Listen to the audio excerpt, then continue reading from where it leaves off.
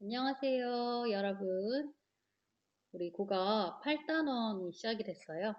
이제 2단원만 더 공부하면은 4학년 국어도 우리 끝입니다. 시간이 정말 빠른 것 같은데요.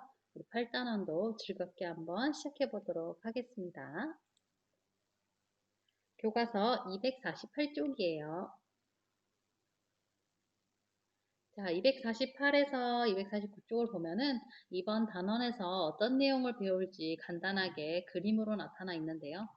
한 학생이 생각을 하고 있어요. 어떤 친구가 책상에 부딪혀서 다쳤죠. 그래서 안전사고 예방이라는 것에 대해서 뭔가 얘기를 나누는 것 같고요. 또 여기서 복도에서도 이렇게 부딪히고 있는 것을 볼 수가 있습니다. 그래서 이 친구가 글을 하나 썼어요. 자, 이렇게 글을 썼는데 선생님이 한번 읽어볼게요. 학교 안전사고를 예방하려면 학생들에게 사전 안전교육을 실시해야 합니다. 이 정도는 괜찮겠지 또는 나 하나쯤이야 라는 생각 때문에 학교에서 안전사고가 일어나기도 합니다. 예를 들어 먼저 지나가려는 마음에 복도에서 뛰다가 친구들과 부딪혀 서로 다친 경우가 있었습니다. 사전 안전교육으로 우리의 부주의 때문에 일어나는 사고를 줄일 수 있습니다. 사전 안전교육은 우리에게 안전의 중요성을 알게 하고 안전에 관심을 가지도록 도와줍니다. 사전 안전교육으로 학교 안전사고를 예방해야 합니다. 라고 얘기를 했어요. 자, 이 친구가 이 글에서 말하고 싶은 가장 중요한 문장은 어디에 있을까요? 맞습니다. 바로 첫 번째 문장이에요. 학교 안전사고를 예방하기 위해서는 사전 안전교육을 해야 된다라고 얘기를 하고 있네요. 여기서의 사전은 미리 한다는 뜻의 사전이에요. 우리가 뭐 낱말을 찾아보는 사전이 아니고 그래서 미리 안전교육을 해야 된다라는 얘기가 있습니다. 어때요, 여러분? 이 글을 읽어보니까 설득이 좀 되는 것 같나요? 그래서 이번 시간에는 이런 식으로 의견을 나타낸 글들을 우리가 읽기도 하고 써보기도 하면서 어떤 글이 좋은 글인지에 대해 생각해 볼 거예요. 이번 시간에는 의견이 적절한지 판단해야 되는 까닭을 알아보도록 하겠습니다. 자, 오늘은 이야기를 하나 읽어보고요. 이야기 속에 의견과 까닭을 찾아보면서 의견이 적절한지 왜 판단해야 할까를 살펴보도록 하겠습니다. 그럼 한 장 넘겨서 250쪽입니다. 250쪽에 당나귀를 팔러 간 아버지와 아이라는 글이 있어요. 어떤 내용의 글인지 의견과 까닭을 잘 생각하면서 읽어보도록 하겠습니다. 당나귀를 팔러 간 아버지와 아이. 햇볕이 내리쬐는 무척 더운 날이었어요. 아버지와 아이가 당나귀를 끌고 시장에 가고 있었어요. 아버지와 아이는 땀을 뻘뻘 흘렸어요. 그 모습을 본 농부가 비웃으며 말했어요. 당나귀를 타고 가면 될걸? 저렇게 미련해서야.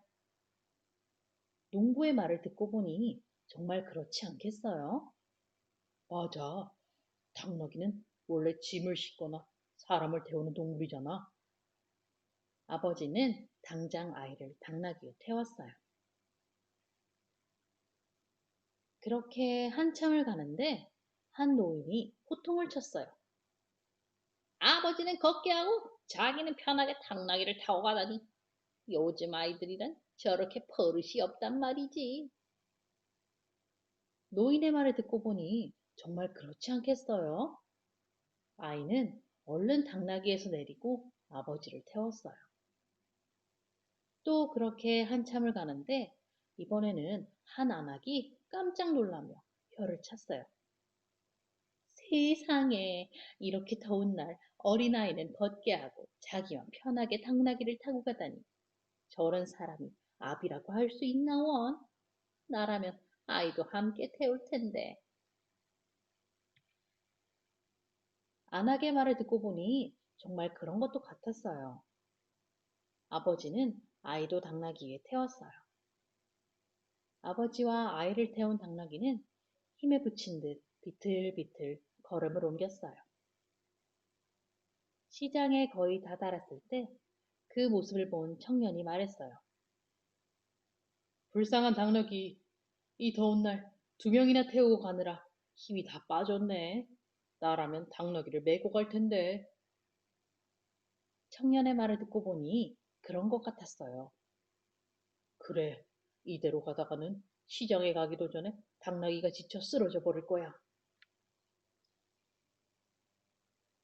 둘은 당나귀에서 내렸어요. 그러고 나서 아버지는 당나귀의 앞발을, 아이는 뒷발을 각각 어깨에 올렸지요. 이제 외나무 다리 하나만 건너면 시장이에요. 으히히! 그때 당나귀가 버둥거리는 바람에 두 사람은 그만 당나귀를 놓치고 말았답니다. 강에 빠진 당나귀는 물살에 떠내려가고 말았어요. 다른 사람의 말만 듣다가 결국 귀한 당나귀를 잃고 말았구나. 아버지와 아이는 뒤늦게 후회했지만 아무 소용이 없었답니다. 자, 여러분 잘 읽어보았나요? 그렇다면 우리 이야기 속에 나오는 인물들의 의견과 까닭을 한번 정리해 보도록 해요. 교과서 252쪽입니다. 아버지와 아이가 당나귀를 팔러 가면서 여러 명의 사람들을 만나는데요. 먼저 첫 번째 농부입니다. 농부는 당나귀를 타고 가야지 라고 얘기를 했어요. 왜냐하면 당나귀는 원래 짐을 싣거나 사람을 태우는 동물이니까요. 자, 그렇게 당나귀를 아이가 타고 가고 있었는데 노인이 말했죠. 아이 대신에 아버지가 타야 된다. 요즘 애들이란 참 이러면서. 그러면서 이유가 아버지가 어른이니까 우선이지 않느냐라는 이유를 댔습니다. 자, 이렇게 농부와 노인의 이야기를 들으면서 아버지와 아들이 갈팡질팡하는 모습들을 우리가 보았어요. 다음은 안악입니다. 안악은 아버지가 타고 가고 있는 것을 보고서는 아이고 둘 다 타고 가지. 아이는 걸어가고 아버지는 타고 가나? 뭐 이런 얘기들을 했죠. 당나귀에 둘 다 탈 수 있으니까 뭐하러 혼자만 타고 가냐 이런 얘기를 했던 것 같고요. 마지막으로 이제 둘 다 타고 가니까 당나귀가 너무 힘들어 보였죠. 그래서 청년이 아유 저럴 바엔 당나귀를 메고 가지 이렇게 얘기를 하게 됐고 결국 아버지와 아들은 당나귀를 메고 가다가 당나귀를 잃어버리게 되었습니다. 어때요, 여러분? 뭔가 조금 웃기기도 하고 안타깝기도 하고 여러 가지 생각이 드는 이야기였습니다. 자, 아버지와 아이는 다른 사람이 말할 때마다 그냥 듣고서 바로 행동에 옮겼어요. 적절한지 아닌지 판단하지 않고서 그대로 따랐기 때문에 이 행동은 과연 적절하다고 할 수가 있을까요? 네, 선생님 생각에는 적절하지 않은 것 같아요. 왜냐하면 다른 사람이 무슨 말을 했을 때는 그 말을 내가 해도 되는지, 괜찮은지 생각해보고 행동에 옮겨야 되는데 이 아버지와 아이는 그냥 듣는 대로 바로 하고 듣는 대로 바로 하고 이렇게 하다 보니까 결국엔 당나귀를 잃게 되었죠.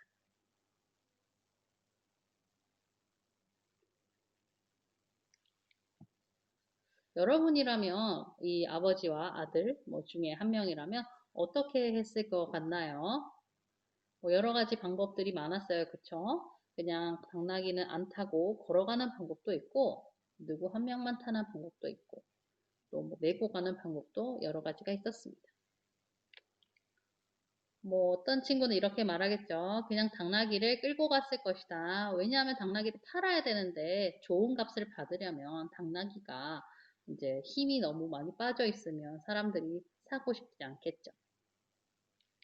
또는 이제 아이를 태우고 갔을 것이다. 왜냐하면 아이가 아직 어리니까 어른에 비해서는 먼 길을 걷기가 힘들기 때문이다. 라고 얘기를 할 수도 있을 것 같습니다.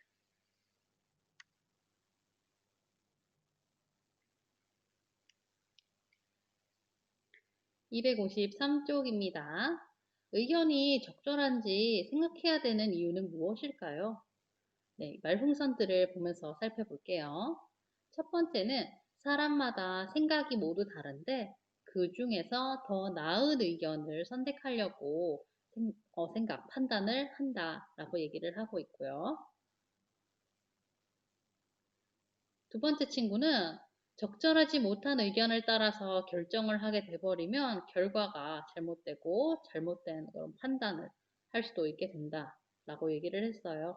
방금 아버지와 아들처럼 뭔가 이것저것 따라 하다 보면은 결과가 당나귀를 잃어버리는 것으로 좋지 않았죠. 또 세 번째 친구는 잘못된 의견을 따랐을 때는 내가 해결하고 싶은 문제를 결국 해결하지 못할 수도 있다라고 얘기를 했어요. 그렇죠. 내가 생각하는 방법과 다른 사람이 생각하는 방법이 있는데 둘 중에 더 괜찮은 걸로 해야 되지 무조건 네가 맞다 내가 맞다 이렇게 하면은 해결이 안 날 수도 있을 것 같아요.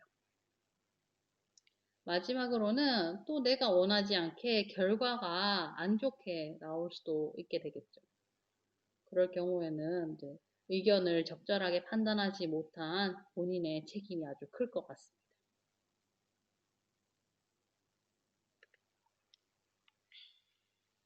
자, 이런 식으로 우리 이번 시간에는 의견이 적절한지 왜 판단해야 되나에 대해서 살펴보았습니다. 그래서 이번 단원에서는 글을 읽어보고 혹은 써보고 의견을 한번 평가하고 판단하고 하는 시간을 가져보도록 할게요. 그럼 우리 다음 시간에 다시 만나도록 하겠습니다. 안녕.